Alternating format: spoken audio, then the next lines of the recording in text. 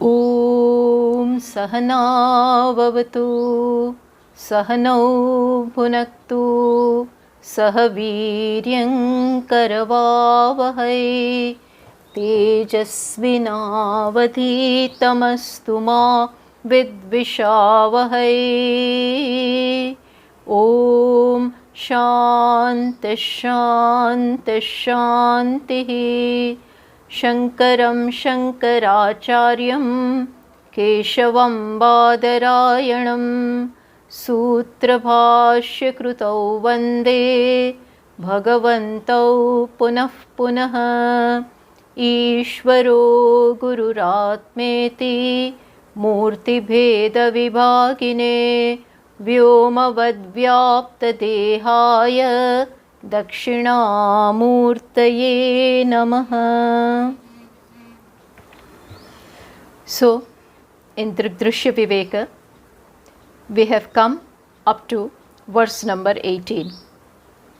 In the last few verses, the discussion that is going on is about the Maya Shakti, how Maya veils and also projects upon Brahman.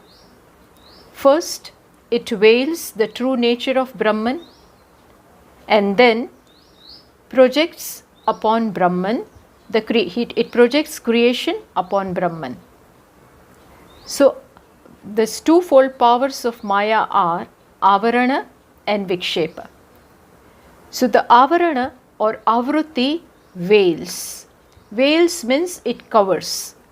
What it covers? The true nature is covered.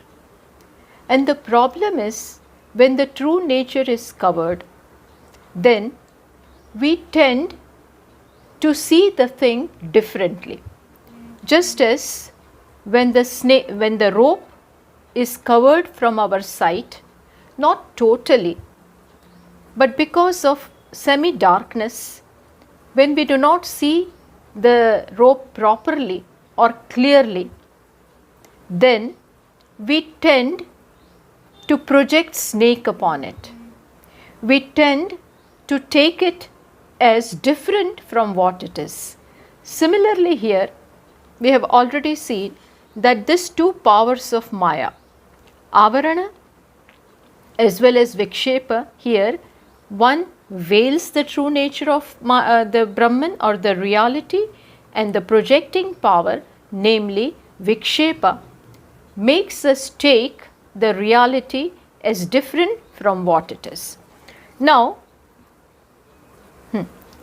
what it does is, keeping this body as the standpoint, what happens is, Brahman or consciousness is as it were divided into two. Actually, upon consciousness, the entire creation is projected, but we tend to segment it into two. Which are these two? One is individual and rest is the totality. How come it is segmented into these two? So the author says that because of the body, in this whole creation, we take this body as I. So this body is taken as I. So whatever is inside the body, inside the boundary of the body, is called as inside, and whatever is exterior to this boundary is looked upon as outside. So what does Maya do?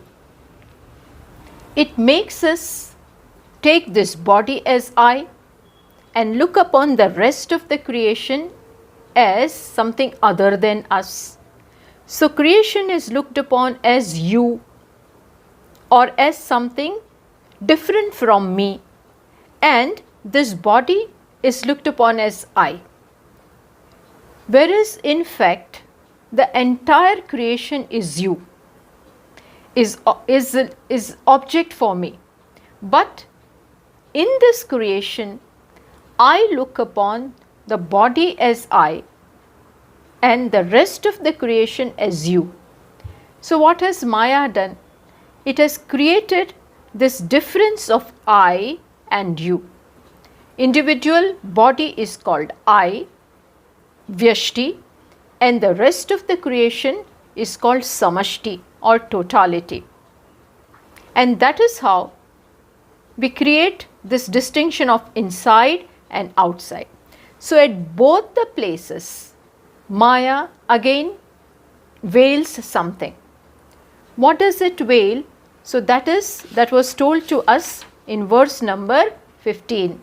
It said in verse number 15, the author said, Antaha Drg Drashyayoho Bhedam Avrunoti. What it does from the standpoint of the body, author says, Antaha, inside, Avrunoti, the veiling power of Maya creates distinction between Drashta and Drashya. Here it conceals the Bheda that obtains between the seer and the seen. Here in this body, in reality where there are two, in this body which I call I, one is the seer and the body is the seen. But what Maya makes me do, what the Avarana Shakti of Maya, remember, Maya has two Shaktis.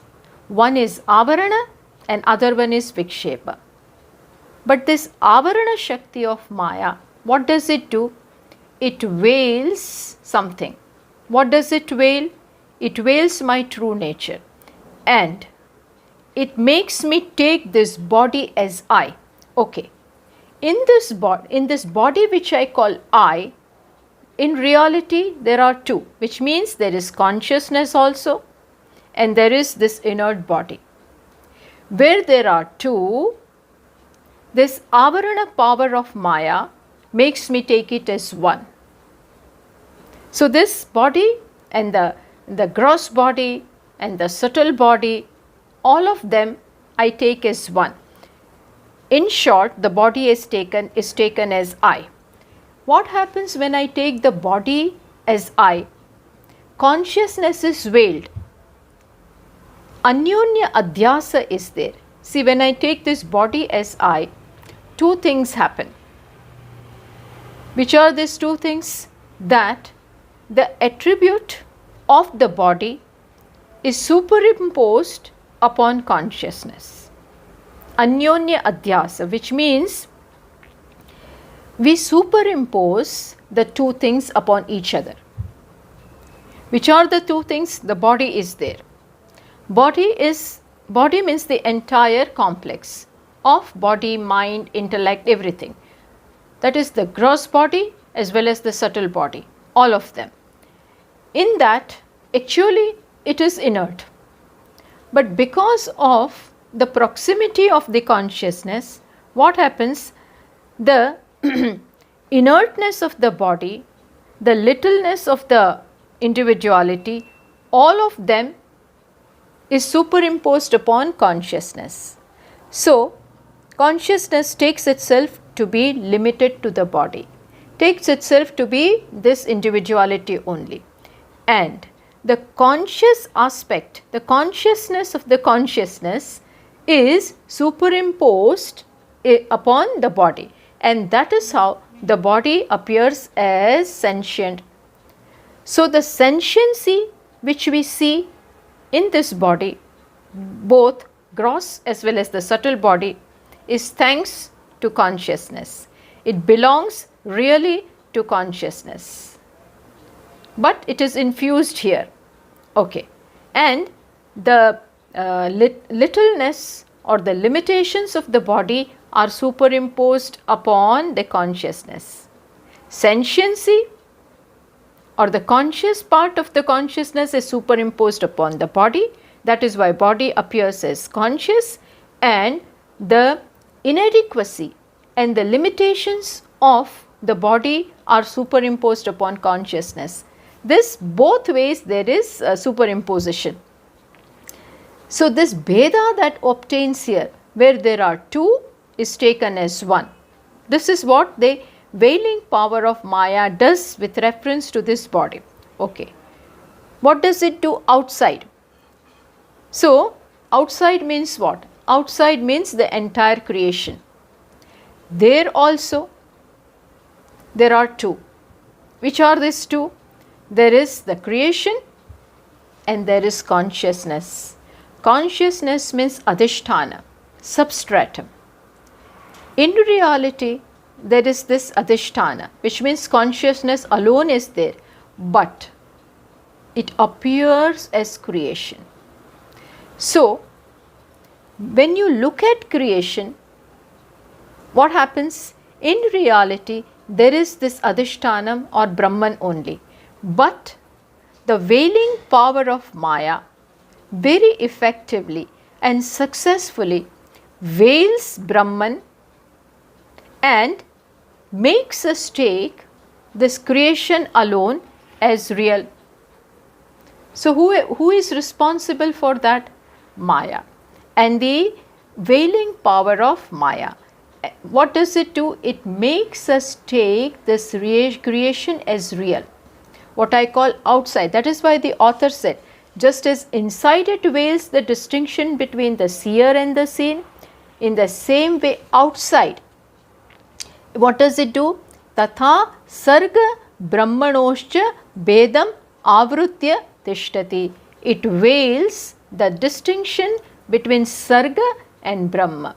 Sarga means creation and Brahma means Brahma.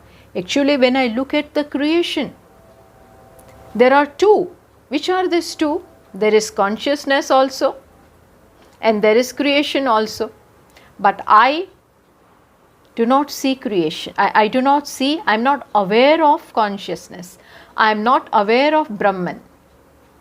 And I take the creation alone as real. So there also Maya and the veiling power of Maya, what did it do?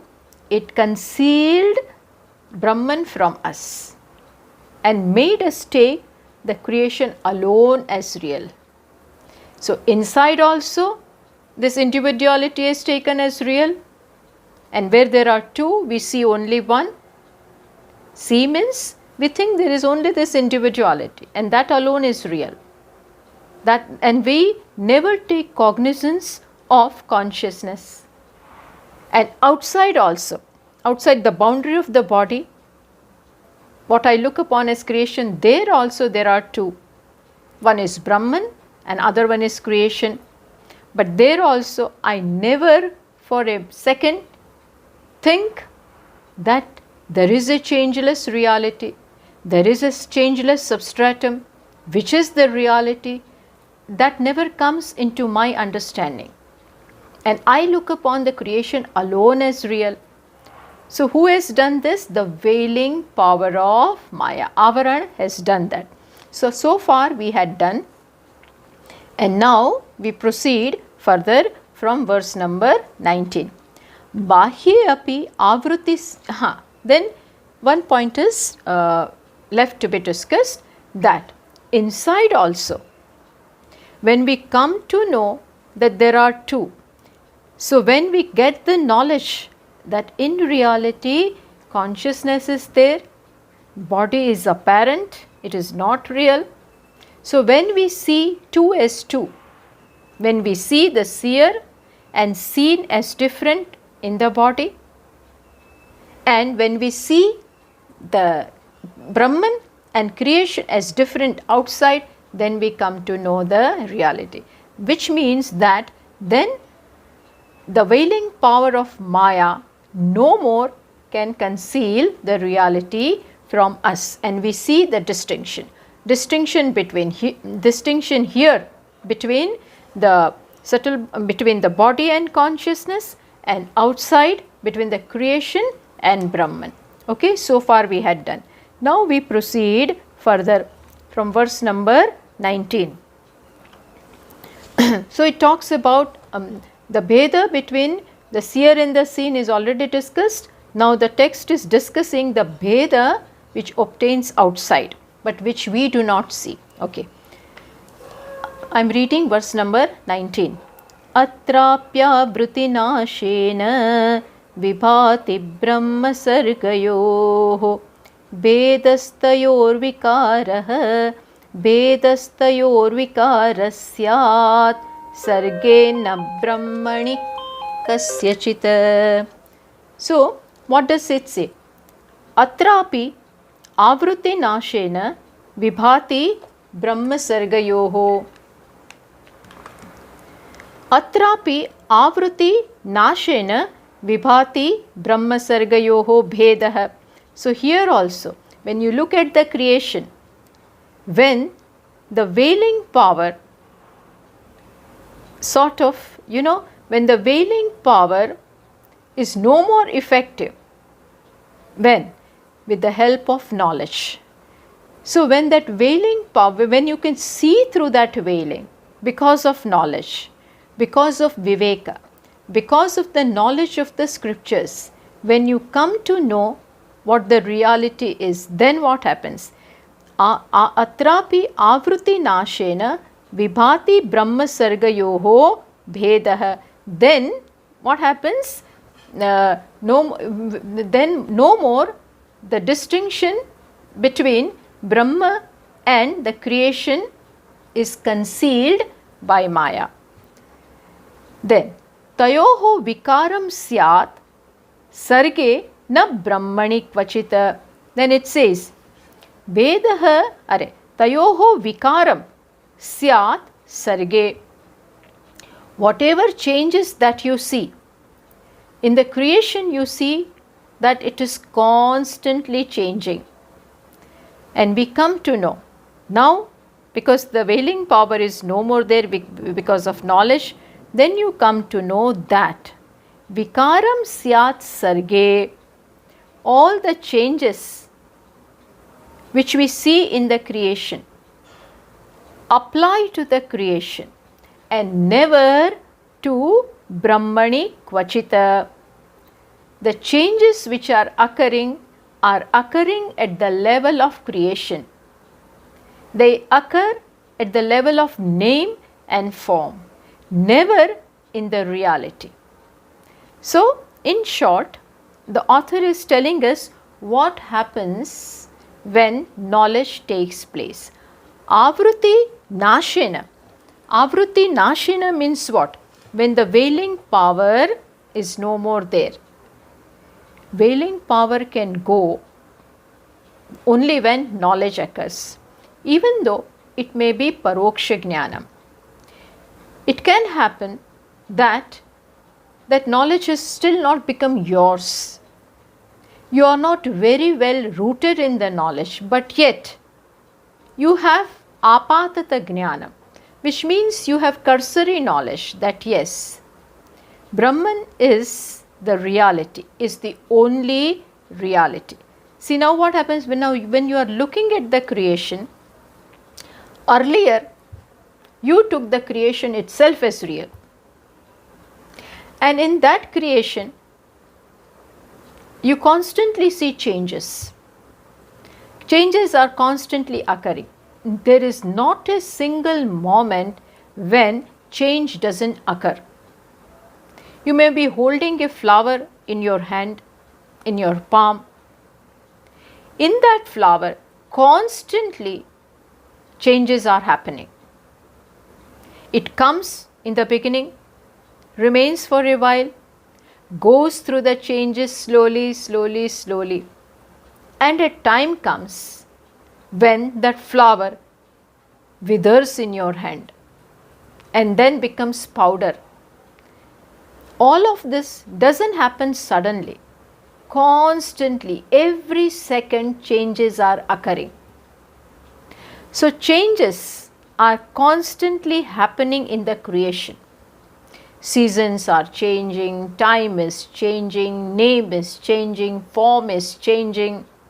Rivers are constantly flowing. Even though you may call it the same river, Ganges is flowing, Gangaji is flowing, but it is never the same. Water is constantly moving right from the place where it starts, from the gomukh, it starts, emerges, and then that water is constantly flowing until it merges into the sea, until it merges into ocean. So never it is the same. It is constantly changing, but we look upon it as the same thing. It is not the same. So what I am trying to say, Shad Vikara, Shad Bhava Vikara. Shad Bhava Vikara means 6 types of changes are constantly occurring everywhere in the creation. Even in this body, even in the rest of in the entire creation, everywhere. You may look upon them, you may see the mountains as the same, but no, they are not the same. Constantly time is attacking the mountains also. Weather, constantly the inclemency of the weather is affecting the mountains. The surface is changing, the mud and the stones, everything slowly and slowly and slowly they are depleting. Slowly, minute changes are happening. When a big change happens, that means constantly minute changes were taking place. So what I am saying is, these 6 changes are always to be found in the creation. What are they? Asti, Jayate, Vardate, Viparinamate, Apakshyate, Vinashyate. Which means it comes, it grows, it Vardate means Asti, first it is, then it Jayate, first we see its existence, but first it is born and then it exists and then grows, Vardate, then changes are happening, Viparinamate, and then slowly depletes, Apakshyate, and then a time comes and when it Vinashyati. Vinashyati means the form has changed completely. So these vikaras are constantly happening. Then these vikaras which are happening are at which level? They are at the level of name and forms. The entire creation has nothing but names and forms. The changes are occurring there. And now you know that these changes are not occurring upon the substratum, upon the adhisthana. And what is that? That is nothing but Brahman.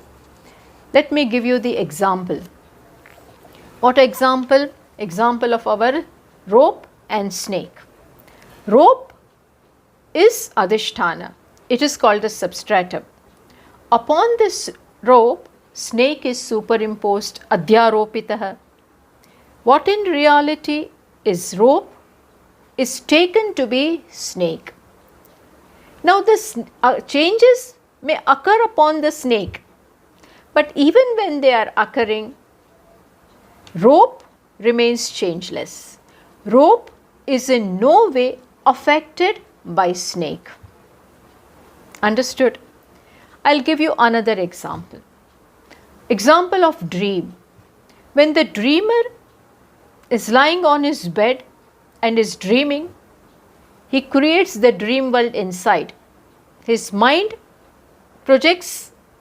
itself projects the dream world. In that dream world, so many changes are taking place. In that dream world also, a child is born, grows, becomes adolescent, becomes young, then even becomes old and then dies also. Everything in the dream. In the dream also trees are growing, getting destroyed, everything.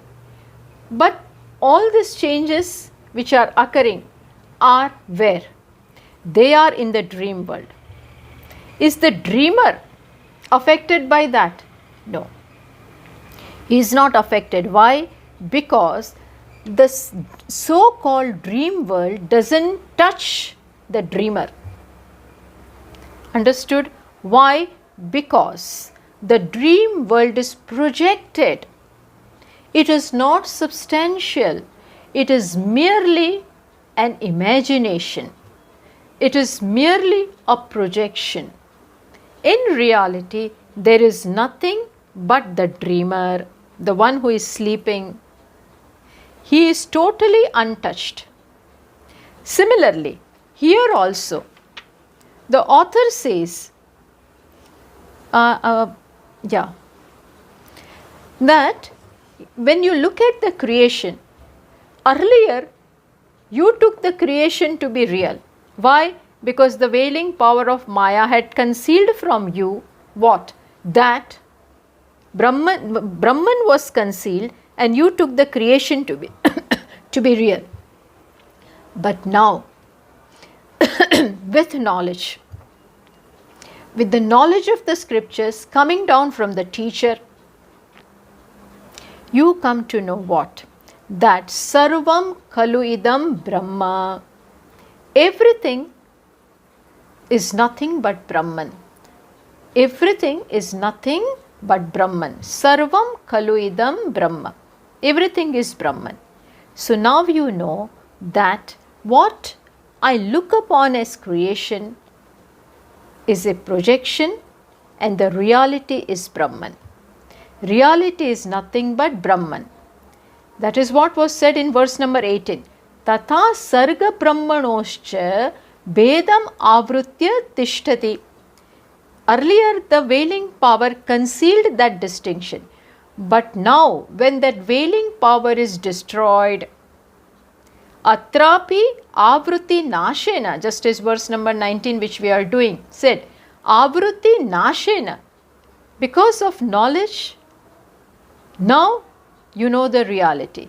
Yes, what is the reality?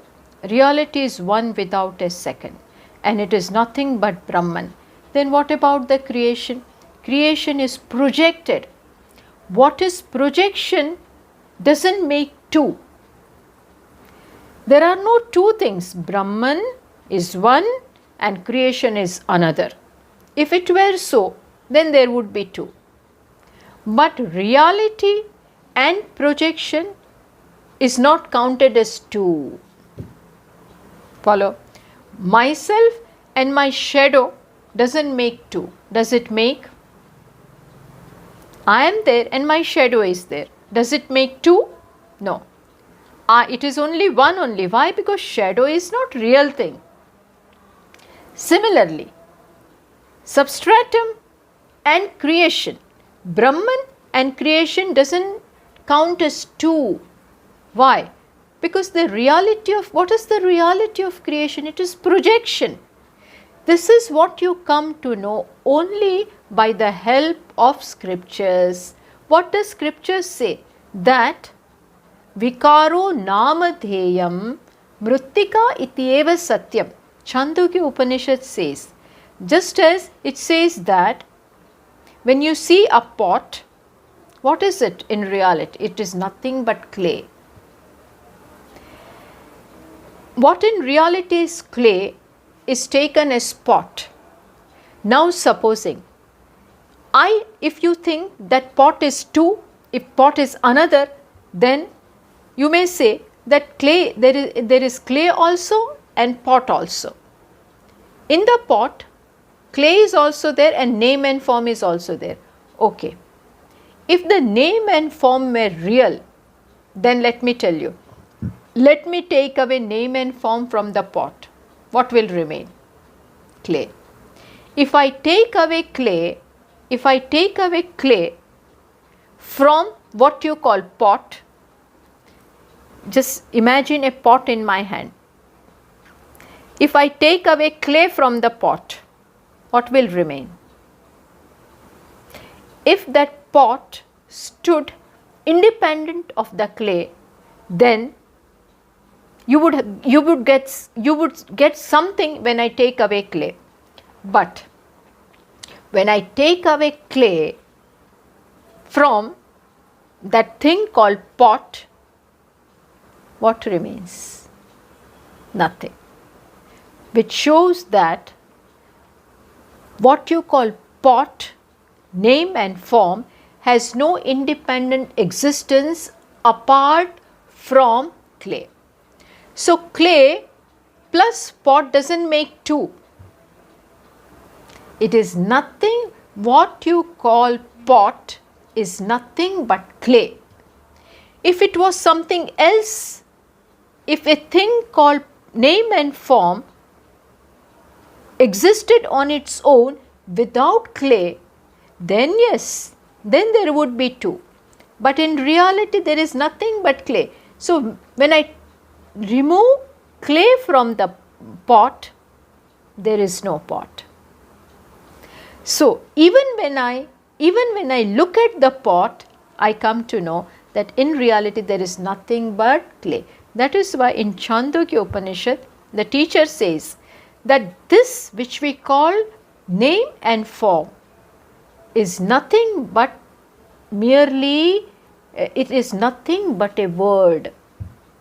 What we call name and form in reality do not exist apart from the substratum or apart from its material cause, which is here clay. And in the case of Brahman, in the case of creation, what is the material cause of the creation? It is nothing but Brahman. So this you come to know only when you study Upanishads, when you study the scriptures. Then you come to know that which I looked upon as creation, as having an independent reality, as being real, is no more there. Just as the dream world is no more there when you wake up. When you wake up from the dream, what happens? Where does the dream world go? Tell me. If it was real, then even after you wake up, it should remain. This is discussed at length in Mandukya Karika. Because there are some people who believe that dream world is real. So supposing in the dream world, in the dream, I was in Rishikesh, in Haridwar, because Kumbha is going on there. I was there in the Kumbha. So if it was real, then I wake up, when I wake up, I should be in Rishikesh. But no, I am in my bed when I wake up. So what does it indicate? It shows that the entire dream world was nothing but projection of my mind. The reality was the dreamer. Similar, but this you come to know when you wake up. When you were dreaming, you took it to be real.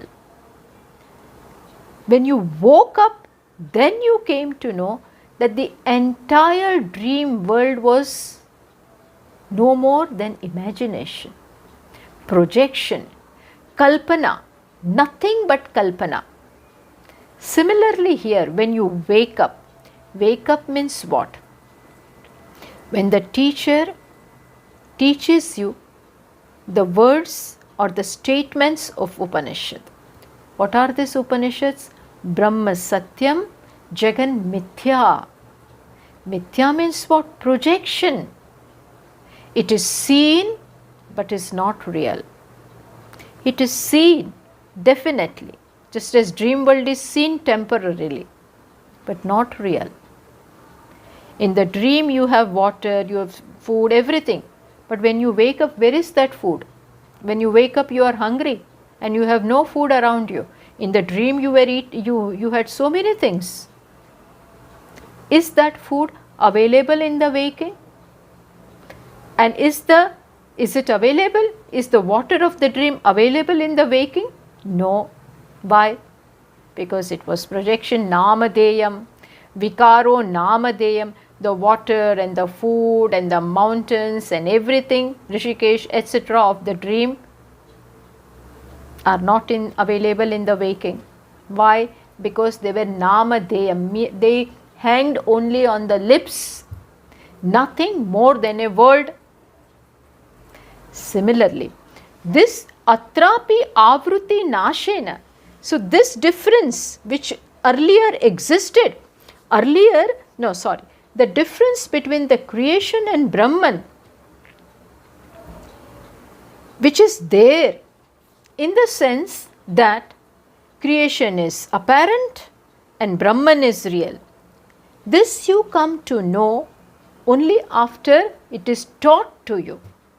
When your eyes are opened, when the teacher enlightens you, until then you take the creation to be real, names and forms to be real, and you conclude what?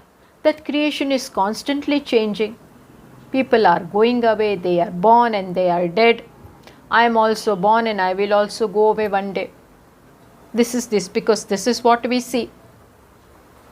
Janma, Mrityu, Jara, Vyadhi, everything is real. That is why Buddhas, the followers of Buddha, what do they say? With reference to the same creation, what is their conclusion? They say, they look at the creation and they say, what is their conclusion? Their conclusion is everything here is ephemeral. Sarvam dukkham, sarvam shunyam, sarvam dukkham.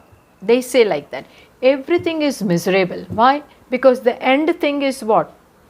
Everything is passing away. So that their conclusion is everything is dukkham, sarvam dukkham, sarvam dukkham, sarvam shunyam. They go to that extent. Because this is what they see. When they are seeing this, they see this change as real, and that is what they cannot accept because everything is passing away. At that time, they are missing what? The reality. That it is the changeless substratum called Brahman upon which this changing world is projected.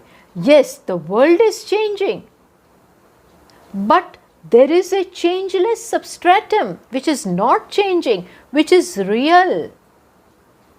This you come to know with knowledge. Until then, you took only this creation as real and you were disappointed. My God, everything is going away. Even I will not be there anymore. Everything is temporary.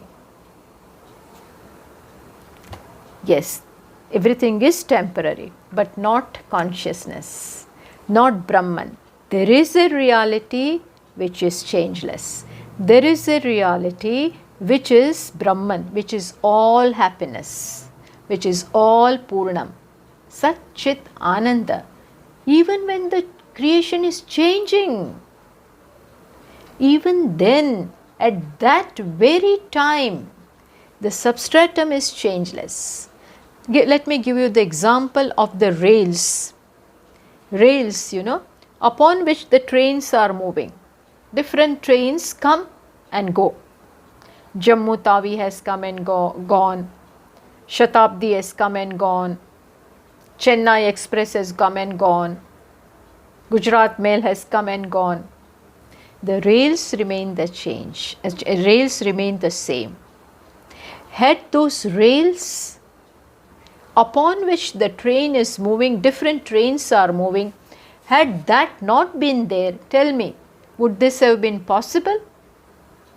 That is there even though you don't see it. Similarly, with knowledge you come to know that which you took as one, that which you looked upon as only creation, that which you are seeing is not real, but the substratum of that is real. You follow? So, this you come to know with knowledge, and then the veiling power is over for you. And then you come to know that yes, Vikaram Syat Sarge, yes, there were changes, but that applied only to the names and forms. Pot may change. Today it is in the shape of a pot. Then it may break, and there will be two halves. Even that will break. there will be now pieces of clay. Even that will break, it will become powder. So the forms keep on changing, but what doesn't change is clay. Similarly, the names and forms and events, circumstances, everything changes in this creation at the level of name and form. But what doesn't change? Consciousness, Brahman, reality. That doesn't change. So vikaram syat sarge. Changes definitely occur in names and forms. Na brahmani kvachita, never on Brahman, never on reality. And what is that reality? Somewhere else? No, it is myself. It is I. Understand? It is I. So far, see, so far I took I as the body. I took this I as this individual. That we came to know that here that which I call as this individual in reality is not individual, it is consciousness. So here also the reality of this Tvam pada means this individual. What is the reality of this individual? Consciousness. Consciousness is the reality of the individual. Individual is subject to birth and death. Individual is born, then grows, and then slowly changes, and then one day body also is destroyed. But what doesn't get changed? The consciousness. So here that which I called individual was not real. Even when I said I am woman, I am teacher, I am wife, I am mother, I am daughter, I am sister-in-law, so many things we brand ourselves as. But even when I branded myself as talker and walker and doer and thinker, etc., etc., etc., what was I in reality? Always consciousness. So here also the reality was consciousness, not was, is, always is and will always be. Here reality is consciousness and individuality was changing and it was apparent, mithya. In creation also, creation is changing constantly. What is reality over there? Brahman, changeless substratum. So how many changeless substratums are there? One. That which I call I is nothing but that upon which the entire creation is superimposed. It is upon this I means consciousness. It is upon this I that the entire creation is superimposed. And in that creation also, because of the Maya and the veiling power of Maya, I separated or segmented, fragmented that creation into two, as individual and you, I and the you. In reality, the entire creation is projection. In that, even individual is projection. And what is reality? Nothing but I, consciousness, which is Satchidananda Brahma, which is, call it Brahma, call it Atma, call it Chiti, whatever, call it Vastu, is the only reality. And it is conscious. So, that is what is said in verse number 19. Earlier, verse number 18 showed us that just as the veiling power of Maya veiled the distinction between the seer and seen inside, similarly, the veiling power of Maya concealed the distinction that obtains between Brahma and Sarga, that is creation and Brahman. And what did that power made us do? It made us project Brahman in many ways. So, with knowledge, what you come to know is how one, in spite of being one, appears as many. one consciousness appears as many. Why, if it is one, why should it appear as many? When I'm just as in dreamer is just one person, but in dream world he appears, the same person appears as many. Why should it happen? Projection. All those vasanas which were in his mind, all his thoughts manifested in the form of the dream world, which made that one appear as many. Similarly, where there is one Brahman, one without a second Brahman, that appears as many, manifold creation. That is due to the projecting power and the veiling power of Maya. This is what the scriptures tell us. It shows one as many. That is why Upanishads talk about to explain this, to explain systematically that how one appears as many. Upanishads tell us, it tells us this, the method of creation. Now a question may arise in our mind that if creation is mithya, if it is projection, then why should Upanishad describe it systematically? Which it does.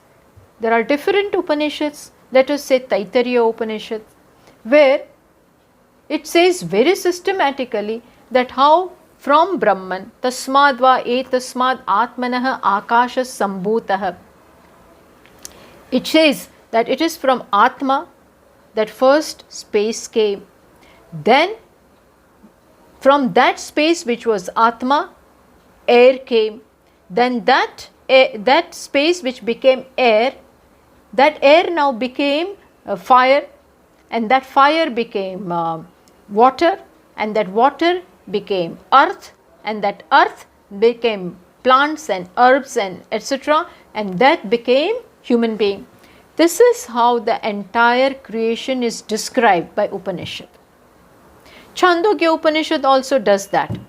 So from Atma, Akasha, Vayu, Agni, Jad, Jalam and Prithvi, and then Purusha, all of that is described. Then does it mean that creation is real? It seems to be real because Upanishad is describing it. Yes, Upanishad is describing it. But here we must know that just because it is describing doesn't mean that it is real. What is the tatparya? What is the purport behind which Upanishad is describing it in this manner? It is describing it in this manner just to show you that it is one reality appearing as many. When you look at many, don't take it to be real. Understand that it is one appearing as many.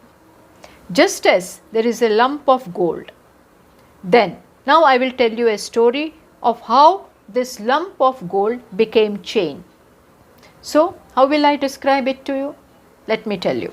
There is lump of gold, and then from that I made a bar. Then the same bar, from that same bar I made a wire. And then from that wire I made pieces. From those pieces I made rings. And then joined those rings and made a chain. The whole story of the creation of chain is described by me. But tell me, in all these stages, when the lump of gold became bar, that became wire, that became pieces, that became rings, and that was joined as chain, tell me, what was there? Was it at any stage away from gold? It was nothing but gold, appearing as bar, appearing as wire, appearing as pieces, appearing as chain. If there are two gold plus chain. Then, listen to me very carefully. If there are two things, gold is also there and chain is also there. If there are two, then let me take away gold. What will you get?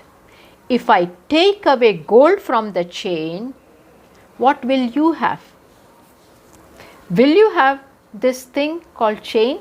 If I take away gold, what will you have? Nothing.